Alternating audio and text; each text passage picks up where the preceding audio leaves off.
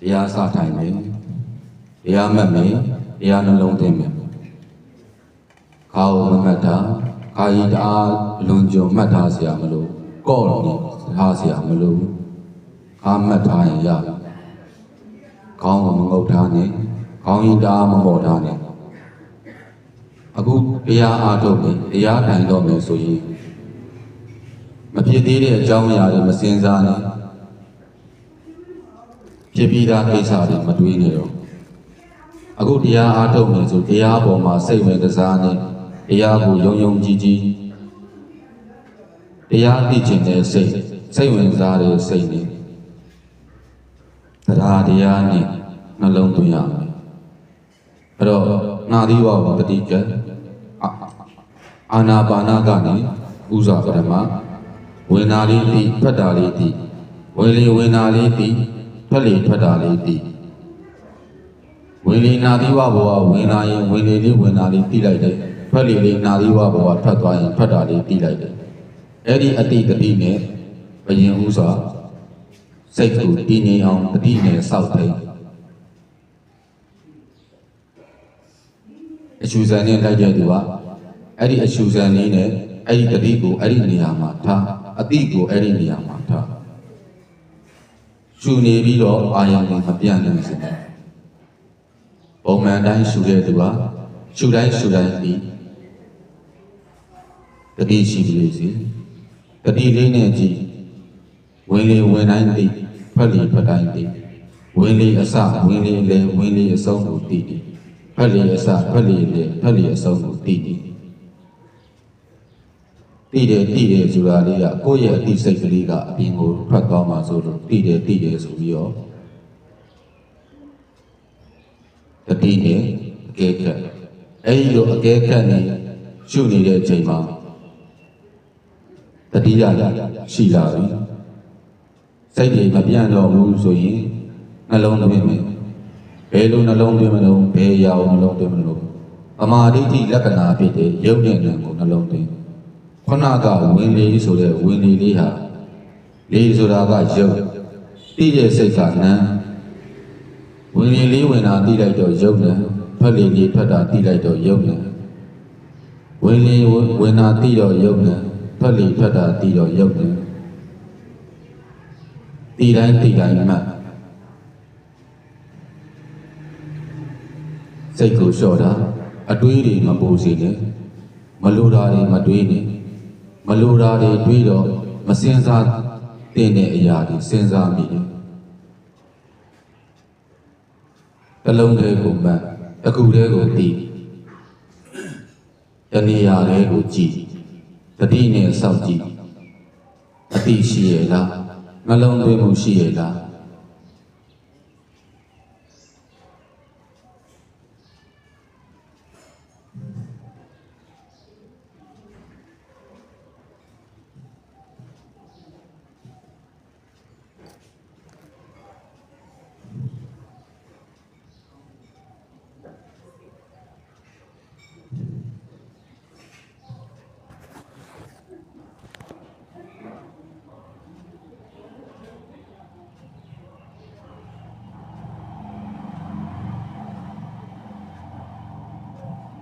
အာနာပါနဝင်လေထွက်တယ်အဲ့ဒီလေလေးကနာသီဝကိုထိသွားတာအထက်နှကန်းနာသီဝနေရာကိုထိသွားတာကိုအာယုံဆိုင်ပြီးရရှုတယ်ထိတာလေးကယုတ်တိတာလေးကနံယုတ်နံဆိုတဲ့တတိနဲ့ယူနာသီဝပေါ်မှာပြောင်းနေတဲ့လက္ခဏာတွေပေါ်လာတယ်နာသီဝပေါ်မှာပူတဲ့လက္ခဏာတွေအေးတယ်ဆိုတဲ့လက္ခဏာတွေပေါ်လာတယ်အဲ့ဒီပူရာအေးရာတွေကယုတ်တိတာလေးကနံယုတ်နံလို့သိတယ်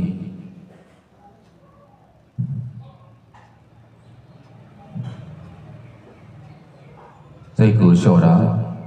အသက်ရှူနေတဲ့လေလေးကိုမဟန့်တာနဲ့ရှည်ရှူတတ်တဲ့သဘာဝကိုတိုးရှူအောင်ဆိုပြီးတော့အသက်ရှူမအောင်ထားနဲ့သဘာဝကိုသဘာဝအတိုင်းရှူလေးစီ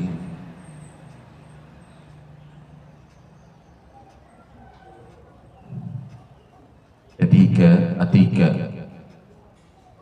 တရားစတိုင်းပြီး တရားစတိုင်းတဲ့အချိန်မှာကိုတရားထိုင်တဲ့အရိယာပုဂ္ဂိုလ်ယူတဲ့နေရာမှာပုံစံမကျသေးဘူးပကုံးတွေနေနေမညီသေးဘူးခြေလက်တွေအနေထားမကျသေးဘူးဆိုရင်အခုချိန်ပြင်ပါ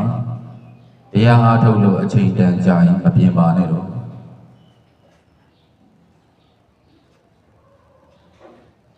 တရားအားထုတ်ရင်ဒိဋ္ဌိတက်နေတဲ့အချိန်မှာပြင်လိုက်တော့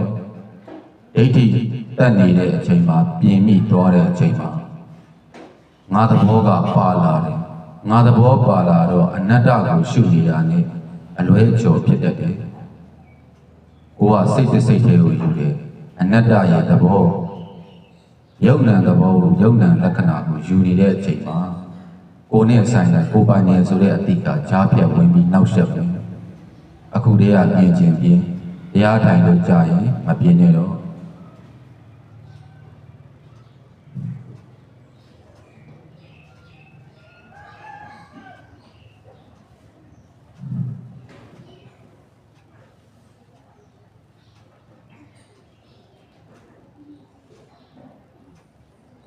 ဝင်လေဝင်တာလေးကိုတတိကထွက်လေထွက်တာလေးကိုတတိကနှလုံးသွင်းနေပါဝင်တာလေးတည်တဲ့ယုံနဲ့ထွက်တာလေးတည်တဲ့ယုံနဲ့သမာဓိလှုပ်တဲ့အခါစိတ်ကိုတည်နေအောင်ထားစိတ်ကိုငြိမ်းချမ်းအောင်ထားစိတ်ထဲမှာအတွေးတွေကြောင်းကြစရာတွေတောင်းတစရာတွေဘာတစ်ခုမှမစင်စားနဲ့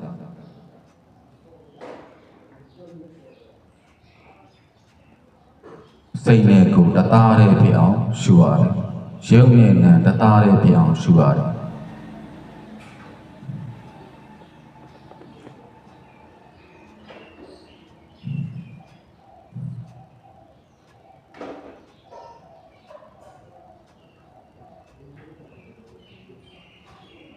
စိတ်တည်ငြိမ်အောင်တတိနဲ့ကပ်ရှုတတိနဲ့ကပ်ရှုတဲ့အခါတစ်ခါမှာဇောပါလာတတ်တယ်ဖြစ်ချင်တဲ့ဆန္ဒဇောတွေဖြစ်ချင်တဲ့ဆန္ဒဇောတွေလွန်ကဲလာရင်လေပန်းတိုင်ကမရောက်တော့ဘူးအတ္တနာကိုပါသွားတယ်ပုံမှန်တိုင်းကြီးရှုပုံမှန်တိုင်းကြီးမှတ်ပုံမှန်တိုင်းကြီးတတိကတ်တယ်ပေါ်ရောနဲ့အပေါ်ယံလေးနှလုံးသွင်းနေပြန်ရင်လေထိမိမရှိပြန်ဘူးအစွန်းတစ်ဖက်ကိုရောက်သွားတယ်ပုံမှန်တိုင်းလေးကြီးစိတ်ဝင်စားနဲ့ကြီးလက်ရှိပြစ္ဆုတ်ပံပေါ်ပြတဲ့လက္ခဏာအဘာဝနဲ့နှလုံးသွင်းတဲ့လက္ခဏာနဲ့အထက်တည်းကြောင်းနှလုံးသွင်းပေါ်လာတာလေးကိုတိတဲ့အချိန်တိုင်းနှလုံးသွင်းဘာကိုနှလုံးသွင်းရမလို့ရုပ်နဲ့နာမ်ကိုနှလုံးသွင်းရမယ်ခန္ဓာကိုမကြည့်သေးနဲ့အောင်ခန္ဓာကိုကြည့်ပြီးခန္ဓာပေါ်မှာရုပ်တဘာဝနာမ်တဘာဝတွေကိုပိုင်းခြားဆင်ခြင်တာကပြီးမှလုပ်မယ်အဲ့ဒီခန္ဓာတဘာဝတွေကြားစိတ်မြင်စိတ်အနံစိတ်အရသာစိတ်ထိတိစိတ်တွေအဲ့ဒီစိတ်တွေကိုလေ့လာရှုထားလိုက်ပါဥပိ္ပခာပြုထားလိုက်နာသီဝကိုတတိကတ်စိတ်မပြန်စေနဲ့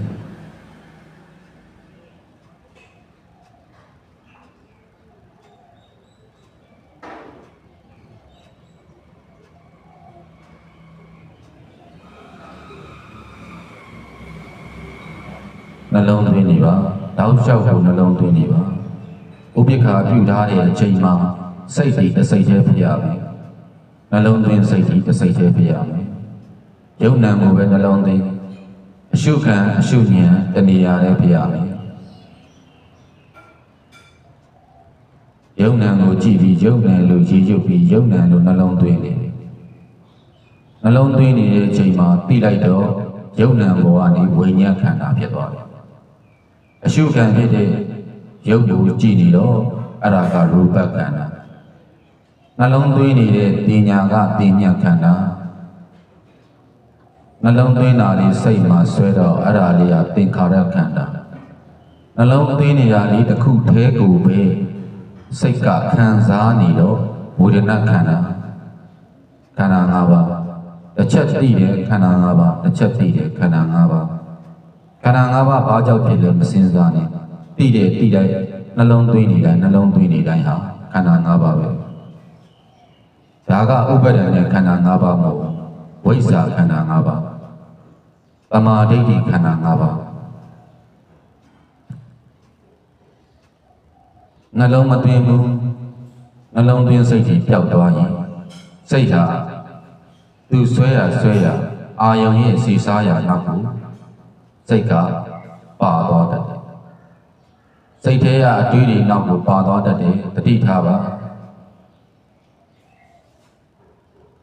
ဥကောင်းပိုင်းကိုသွားမကြည့်နဲ့နှာသီးဝါကိုကြည့်ဥကောင်းကိုကြည်လွန်းတာများရင်ဥကောင်းကြီးကလေးလံလာတာကိုလေးလံနဲ့ထိုင်းပိုင်းနေဆိုတဲ့အတိတွေနဲ့ငိုက်သွားတတ်တယ်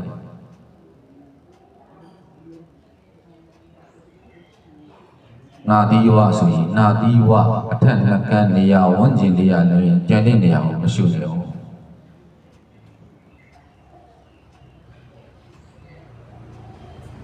ပစုံတစ်ခုမှာပြဉ္ညာပါလာရင်ဣဇဒမှာပဲဖြစ်ဖြစ်ဗဟိတမှာပဲဖြစ်ဖြစ်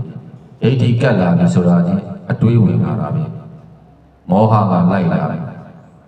အဲ့ဒီလိုမောဟလိုက်လာပြီဆိုရင်အဲ့ဒီထဲမှာနစ်မျောပြီးတော့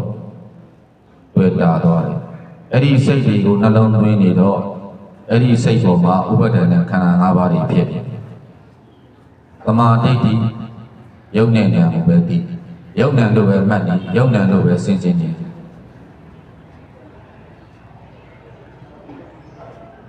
ပညာကိုနှလုံးသွင်းရင်ပညာပေါ်မှာပညာပေါ်ကနေခံစားမယ်ပညာပေါ်ကခံစားတော့ဒုက္ခဒုက္ခတွေပါလာမယ်လောဘဒေါသမောဟတွေပါလာတယ်ဒိဋ္ဌိကိုနှလုံးသွင်းမိစ္ဆာဒိဋ္ဌိကိုနှလုံးသွင်းတော့မိစ္ဆာဒိဋ္ဌိအတိတွေပေါ်မှာတွေ့တာတယ်မရှိတင်ညာတွေကိုအရှိတင်ညာအမှတ်နဲ့ထင်ပြီးနှလုံးသွင်းနေရင်လမ်းချော်သွားတယ်ပဋိကပ္ပအခုကိုပါလုံနေလေပဋိကပ္ပအခုကိုတရားမှတ်နေလေနာသီဝကိုပဋိကပ္ပ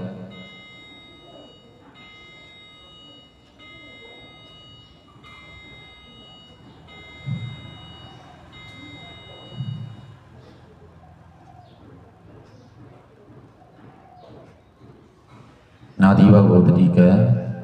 နှလုံးသွင်းယုံနံဆိုပြီးတော့စိတ်တစ်စိတ်ထဲဖြစ်လာအောင်အရှုခံအာယုံကိုကြည့်စိတ်ဝင်စားနဲ့ကြည့်နာသီဝပေါ်မှာပေါ်ပြနေတဲ့ရုပ်ကလေးသိနေတဲ့စိတ်ကလေးဒီနှစ်ခုပေါင်းစုံပြီးဖြစ်ပေါ်လာတဲ့အချိန်ကလေးကိုယုံနံလို့မှတ်ယုံနံလို့တတိနဲ့နှလုံးသွင်း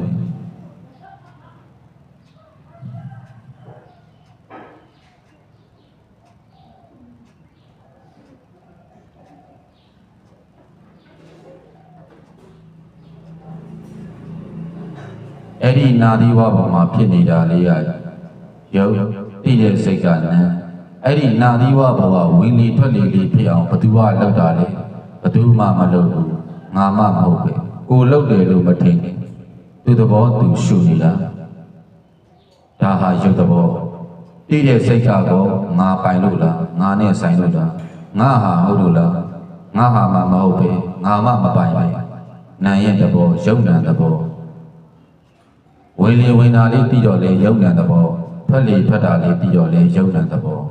သဘောသိတော့အနတ္တသိလိမ့်မယ်သဘောသိတော့ငါမဟုတ်ဘူးဆိုတာသိလိမ့်မယ်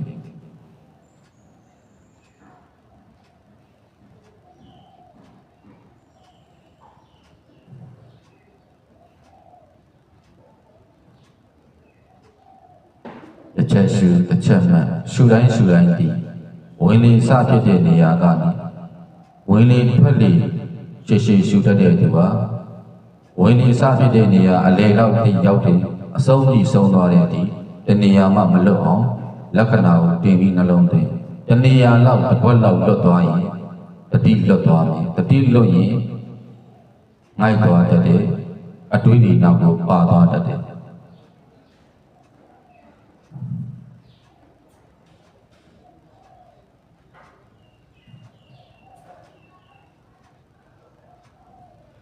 တတိကပ္ပအာယုံဆိုင်ပါစိတ်ဝင်စားနဲ့ရှုပါစိတ်မဝင်စားတဲ့အလောက်ကမအောင်မြင်ဘူး စိတ်မဝင်စားတဲ့အလုပ်ကပညာအလုပ်တွေစိတ်ဝင်စားပြီးလုပ်တဲ့အလုပ်ကပညာအလုပ်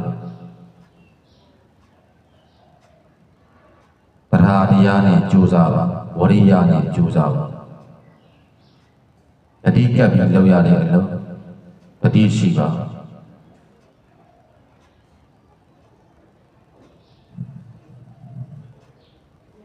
ရည်ရွယ်ချက်ထားပြီးလုပ်ရတဲ့အလုပ်ပန်းတိုင်ထားပြီးလုပ်ရတဲ့အလုပ်ယုံ nant သိအောင်လုပ်မယ်ယုံ nant ရဲ့အရှိကိုအတိနဲ့ကပ်ပြီးဉာဏ်နဲ့နှလုံးသွင်းယူမယ်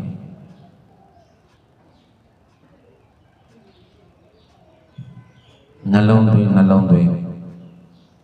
ယုံ nant ကိုနှလုံးသွင်းယူယုံ nant သဘောမှန်သိအောင်ရှုတိတတာလေးကနံသဘောတိတတာလေးကငါမဟုတ်ဘူးတိတတာလေးကစိတ်တိတတာလေးကနံခံစားတတာလေးကနံ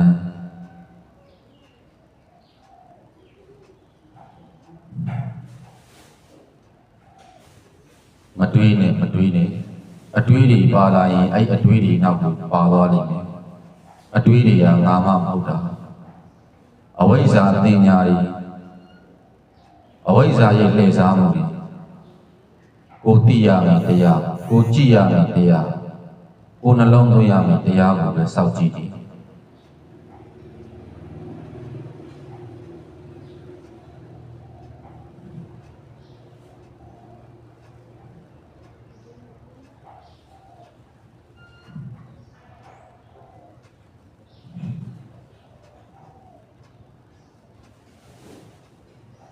အဲ့ဒီလိုနဲ့ရှုရင်နာသီဝကိုတတိကစိတ်မပြန့်စီနဲ့အဲ့ဒီလိုနဲ့နာသီဝကိုရှုနေရင်နဲ့နာသီဝပေါ်မှာစောစောကဝင်းလေးဖြစ်ပေါ်လာတာဖက်လေးဖြစ်ပေါ်တာလေးကိုတိစိတ်ကလေးနဲ့အစိတ်သေးပြအောင်ရှုနေဘာလေးကိုသွားတွေ့တော့ဆိုတော့ဝင်းလေးဝင်တာလေးတိလိုက်တဲ့အချိန်မှာအဲ့ဒီဝင်းလေးကနာသီဝပေါ်မှာတိလိုက်တဲ့အချိန်ဒီမှာပဲပြတ်သွားတယ်အဲ့ဒီနာသီဝဘဝဝင်လေးပြတ်သွားတဲ့အချိန်မှာဖက်လေးကပြန်ဖြစ်လာတယ်စိတ်ကတည်ငြိမ်လာတော့ဒေချာမြင်လာရမယ်ဒီချာမြင်လာရတော့ဝင်လေးတိပြီးပြတ်သွားတော့မြင်လိုက်မယ်ဖက်လေးတိပြီးပြတ်တာလေးကိုမြင်လိုက်မယ်ဝင်လေးတိပြီးပြတ်သွားတဲ့အချိန်ဖက်လေးတိပြီးပြတ်သွားတဲ့အချိန်ပြတ်သွားတာလေးကိုအနိစ္စလို့မှတ်ရုပ်ပြတ်တာလားနာမ်ပြတ်တာလားမေးရင်ရုပ်ကောနာမ်ကောအဲ့ဒီနေရာမှာပြတ်သွားတယ်အထက်တည်းဖြစ်ပြီးတစ်ထက်တည်းပြတ်သွားတယ်ပြတ်သွားတယ်ဆိုတော့အနိစ္စမမြဲဘူးဝင်လာလေးသိတယ်ပြတ်တယ်အနိစ္စယုံ nant အနိစ္စတရားမှတ်တယ်ဆိုတာစိတ်လေးနဲ့မှတ်လို့မရဘူးတရားကိုဆွဲအောင်စိတ်ဝင်စားနဲ့ဇက်တိုက်မှတ်သွားရအောင်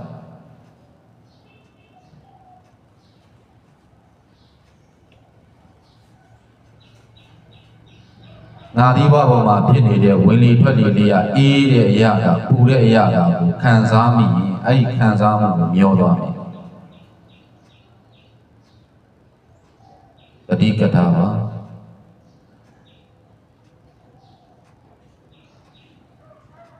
ခံစားတာကဝေဒနာကိုခံစားတာမဟုတ်စိတ်ကခံစားတာတတိကနှလုံးသွင်းတာတရားနှလုံးမသွင်းရင်တရားမတွေ့ဘူးနှလုံးမသွင်းပဲကြည့်တာများလာတော့ကြည့်မှုပေါ်မှာမိန်မောလာတယ်ငေးမောလာတယ်မိန်မောလာတော့ဖက်ခနဲ့ဆိုပြီးတော့အိမ်ငိုက်သွားတတ်တယ်တချို့တွေကအေးရေးမောအောင်တော့မျက်ကြောကြီးရာတင်းနေမျက်ကြောပေါ်မှာအာယုန်တွေကရောက်နေခေါင်းပေါ်မှာအာယုန်တွေကရောက်နေအဲ့လိုအာယုန်တွေကတခြားနေရာမှာရောက်နေရင်တတိလွတ်ပြီးနိုင်တတ်တယ်နာကြားတဲ့အကြားအာယုံပေါ်မှာထုံနေတယ်လေးလံနေတယ်နာသီဝတတိကနာသီဝဘဝဝင်လာလေးတိထွက်တာလေးတိကိုတတိကယုံနံလို့ရည်ရွတ်နေစိတ်ထဲမှာစကားပြောတန်နေကြားတယ်အဲ့ဒီအတန်တွေကိုနားမထောင်နဲ့ယုံနံလို့မှတ် အရှုခံဖြစ်တဲ့နေရာကိုအာယုံဆုဆိုင်ပြီးတော့ကြည့်စိတ်မပြန့်စေနဲ့စိတ်ဝင်စားနေကြည့်ဒါရုပ်လားဒါနံလားဆိုပြီးတော့စိတ်ဝင်စားနေကြည့်အဲ့ဒီယုတ်နံတွေဟာဘာတော့အဲ့ဒီယုတ်တွေအဲ့ဒီနံတွေကိုသိချကြည့်အဲ့ဒီယုတ်နဲ့နံတွေရဲ့သဘာဝမှာပြောင်းလဲနေတဲ့လက္ခဏာလေးတွေတွေ့လာပြီယုတ်နံလို့စတိုင်းမှာအဲ့ဒါလေးကိုသိရှိမှတ်သားတာအဲ့ဒီယုတ်ဒီနံတွေမမြဲတာကိုတွေ့ရမယ်အဲ့ဒါလေးတွေကိုမှတ်သားတာပြတ်သွားတာလေးမြင်တော့အနိစ္စပြတ်သွားတာလေးမြင်တော့နိစ္စပြောင်းတာလေးမြင်တော့သင်္ခါရပြောင်းလဲတာလေးမြင်တော့သင်္ခါရယုတ်နံရဲ့သင်္ခါရယုတ်နံရဲ့အနိစ္စအဲ့ဒီယုတ်နံကိုကြည့်လိုက်အဲ့ဒီယုတ်နံကိုကြာကြာယုတ်နံလို့နှလုံးသွင်းယုတ်နံရဲ့သဘောဟာငါသဘောမဟုတ်ဘူးဆိုတာသိဉာဏ်ကသိလာလိမ့်မယ်နှလုံးသွင်းနေယုတ်နံယတ္တာလေးနဲ့မြင်နေအနိစ္စနဲ့တွဲမှယုတ်နံအနိစ္စသမာဓိလှုပ်တဲ့အခါစိတ်ကိုတစ်စိတ်တည်းဖြစ်အောင်ထားရတဲ့အတွက်တဏှာလေးပဲရှုခိုင်းထားတာခန္ဓာကိုမကြည့်သေးနဲ့ဟုတ်စိတ်အာရုံစူးစိုက်မှုတတိဘယ်လောက်ရှိတယ်လဲကိုယ်စံပြန်ဆန်းစစ်အခါတလေစိတ်ကြီးပြန်တက်တာပဲအခါတလေမှာစိတ်ကြီးအပြင်ရောက်တတ်တာပဲအခါတလေမှာမိန်မောတတ်တာပဲအခါတလေပဲကောင်းတယ်ခဏဆိုမကောင်းဘူးတတိပြန်ကဲ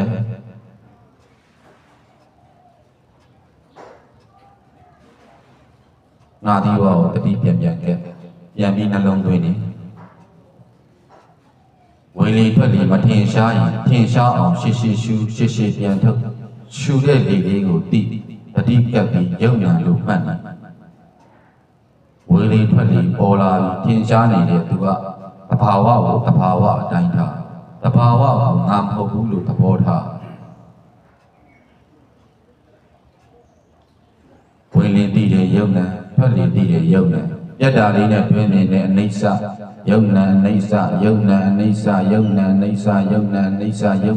စဆို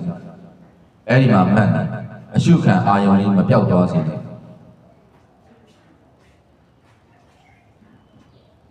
စာကြက်တဲ့လိုမျိုးရွတ်နေပြီးစိတ်မပါပြန်ရင်လေစေတနာကမဖြစ်ဘူးကံကမမြောက်ကံမပါတော့ဉာဏ်ကလည်းမပါတော့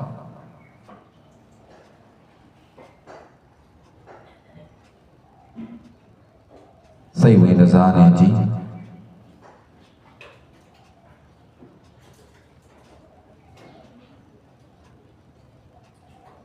ပုံမှန်ချိန်မှာစဉ်းစားတွေးတောတတ်တဲ့သူတွေပုံမှန်ချိန်မှာအတွေးလွန်တတ်တဲ့သူတွေက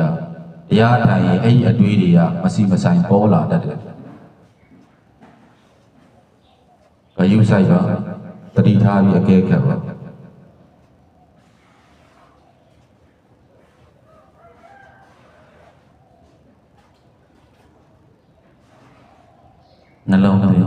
နှလုံးသွင်းလက္ခဏာကိုနှလုံးသွင်းတရားထိုင်နေတဲ့အချိန်မှာတရားနှလုံးသွင်းမှာတရားသိမှာတရားနှလုံးမသွင်းပဲနဲ့ထိုင်ယုံလေးထိုင်သိယုံလေးသိတတိနဲ့စောင့်ကြည့်တယ်ပမာဏိတော့ရလာပြီပြဉ္ဉ္တိပါတော့ပရမတ်ကိုမမြင်ဘူးဒိဋ္ဌိမပြုတ်တော့တဏှာမသိဘူး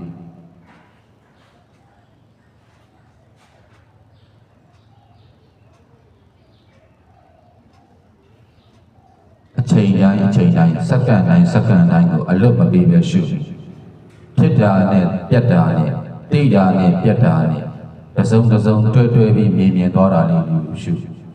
တစ်ချက်ဖြစ်ပေါ်လာတိုင်းတစ်ချက်ပေါ်လာတဲ့အာယုံတိုင်းကိုသိပြီးရှုတတိကရှု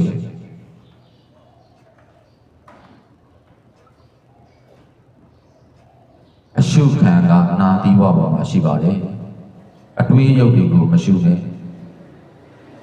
အတွေးတွေထဲမှာတွေးနဲ့အတွေးတွေကိုရှုအတွေးထဲမျောအတွေးထဲနဲ့မုန်းပြီးရောအတွေးထဲကနေပြန်မလာတော့အိပ်ပျော်သွားတယ်တတိကမိမိရှုနေတဲ့တရားကအရှုခံအကြောင်းတရားဒီ နာသီဝပေါ်မှာရှိတယ်အဲ့ဒီအရှုခံအကြောင်းတရားတစ်ခုပေါ်မှာအရှုခံအကျိုးတရားကတည်တဲ့စိတ်အဲ့ဒီအရှုခံရုပ်နဲ့အရှုခံနာမ်တည်စိတ်နဲ့နှစ်ခုကိုတွဲရှု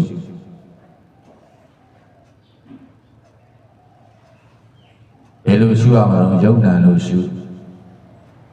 ပဋိကထာနှလုံးသွင်းသမာဓိရအောင်လုပ်ရတာပဋိထားဖို့အရန်အရေးကြီးတယ်ဒီချိန်မှာမသုံးသပ်နဲ့အောင်ဒီချိန်မှာသုံးသပ်ရမယ့်အချိန်မဟုတ်ဘူးဒီချိန်မှာနှလုံးသွင်းရမယ့်အချိန်ဒီချိန်မှာအပြည့်မရှာသေးနဲ့အောင်ဒီချိန်ဟာသမာဓိရအောင်လုပ်နေတဲ့အချိန်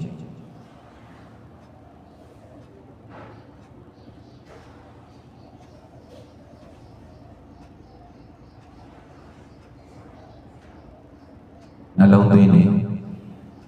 ပဋိကထာအာယုံဆိုင်အရှုခံနာသီဝကိုအာယုံဆိုင်ဤစိတ်ကလေးအဲ့ဒီမှာရှိရလားမရှိရင်ဝေနာလေးတိဖတ်တာလေးတိယုတ်နံလို့တိယုတ်နံလို့မှတ်ယုတ်နံလို့နှလုံးသွင်း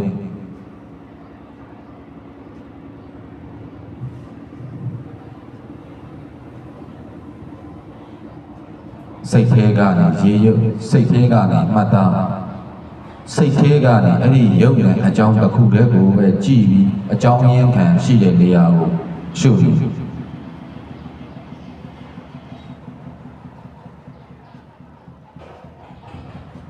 ဘယ်လိုအတန်ကိုပဲကြားကြားဘလောက်ကြေလောင်တဲ့အတန်နဲ့ကြားကြားကြားတာကိုယ်နဲ့မဆိုင်ဘူးကိုယ်မပိုင်ဘူး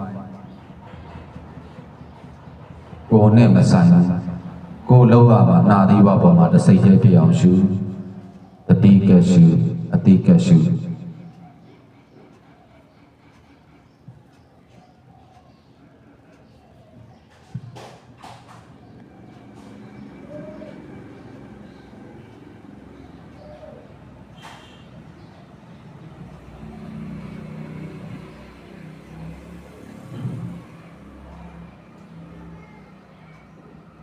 ဒီချာလေးကြည့်တအုပ်နဲ့တအုပ်ဟာတူညီတာမဟုတ်တအုပ်နဲ့တအုပ်ရဲ့ရုပ်ခန္ဓာသဘာဝတွေမတူသလိုတအုပ်နဲ့တအုပ်ရဲ့ဉာဏ်အတိတ်နဲ့တွေကမတူတဲ့အခါတော့ကိုရှုနေတဲ့ရှုွက်ပေါ်မှာကိုရှုနေတဲ့နာသီဝပေါ်မှာဒီချာကြည့်လက္ခဏာလေးတွေကလည်းသူ့ဟာနဲ့သူပြနေတယ်ပြနေတဲ့လက္ခဏာမှာကြမ်းတမ်းတာနုညံ့တာတွေကတမျိုးပြတယ်တိမ်မွေ့တာလေးတွေပြတယ်ဝါကောင်းဆန်လို့ပေါ်ပါလွတ်မြောက်ပေါ်ပါနေတာလေးတွေပြတယ်အဲ့ဒီနေရာလေးကပထဝီဓာတ်ရဲ့တဘာဝသဘောတရားတွေရှိတယ်ပူခြင်းအေးခြင်းရဲ့တဘာဝတွေပြတယ်အေးတယ်သမာဓိနဲ့အေးငြိမ်းနေတာလေးကပုံမှန်ချိန်မှာအေးတာနဲ့မတူဘူးသမာဓိနဲ့အေးငြိမ်းနေတာလေးကနစ်မျောတတ်တယ်နစ်မောတတ်တယ်လက္ခဏာမပါရင်နှလုံးမသွင်းအဲ့ဒီတမာရီနဲ့အင်းငိမ့်နေတဲ့နေရာလေးကိုယုံနံတတိကပ်ပြီးတော့ရှုနေအေးတာကိုအေးတယ်လို့တင်ညာပြလိုက်ရင်အေးတယ်ဆိုတဲ့စိတ်နဲ့ဥပဒနာခန္ဓာ၅ပါးပေါ်ပြန်ရောက်သွားတယ်အေးတာကိုကောင်းတယ်အင်းငိမ့်နေတာကိုတမာရီကအင်းငိမ့်နေတော့အကောင်းမြင်တဲ့စိတ်ကဖြစ်ပေါ်လာတယ်အကောင်းမြင်တဲ့စိတ်ကြောင့်ဒုက္ခဝေဒနာပေါ်ရောက်သွားတယ်ဒုက္ခဝေဒနာပေါ်ရောက်သွားတော့ဒုက္ခဆိုတာလည်းမမြင်ဘူးဒုက္ခဆိုတာတွေ့တာတတ်တယ်တာယာတတ်တယ်တွေ့တာမှုတာယာမှုတွေရှိလာတော့မျောသွားတတ်တယ်မျောရင်နဲ့မမြဲတဲ့တရားဟာမမြဲတာဒုက္ခပေါ်ပြန်ရောက်လာတာဒုက္ခတည်းစီဖြစ်နေတဲ့အရာတွေနောက်ကိုတစ်ခေါက်ရှောက်မလိုက်ဘူးရှုနေတဲ့တရားအရှုခံပေါ်မှာယုံနာတတိက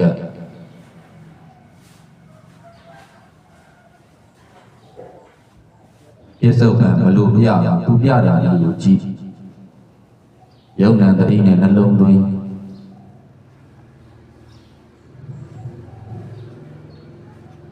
ပြစ္ဆုတ်ကံမှာပြလိုက်တဲ့နာသီဝဘဝလက္ခဏာလေးကပြစ္ဆုတ်ကံမှာမရှိတော့ဘူးဘယ်လိုမရှိတော့တာတော့ဆို အခုပြလိုက်တဲ့လက္ခဏာကမရှိတော့ဘူးနောက်ထပ်ပေါ်လာတာကနောက်ထပ်တစ်ခုခုနကပြတဲ့တစ်ခုကမရှိတော့ဘူးဒီမရှိတော့တာကိုပြတ်တယ်လို့ပြောတာအဲ့တော့ပစ္စုပန်အခုသိလိုက်တာကအခုနလေးတွေပြတ်သွားနောက်တစ်ခုထပ်သိတယ်နောက်တစ်ခုပြတ်တယ်နောက်တစ်ခုသိတယ်နောက်တစ်ခုပြတ်တယ်ပစ္စုပန်ရဲ့တဘာဝဟာသိတိုင်းပြတ်နေတယ်အဲ့ဒါကိုပစ္စုပန်ရဲ့ယုံနာအနိစ္စလို့ပြောတာတတိကရှုအတိကရှုစိတ်ဝင်စားနေရှုဦးစင်းပြောတဲ့နေရာဦးစင်းပြောတဲ့လက္ခဏာကိုတွေ့သလားမတွေ့ရင်ပုံမှန်အတိုင်းဝင်လေတိထွက်လေတိဝင်လာလေတိထွက်တာလေတိတဲ့ပုံမှာတတိကယုံနာလို့မှတ်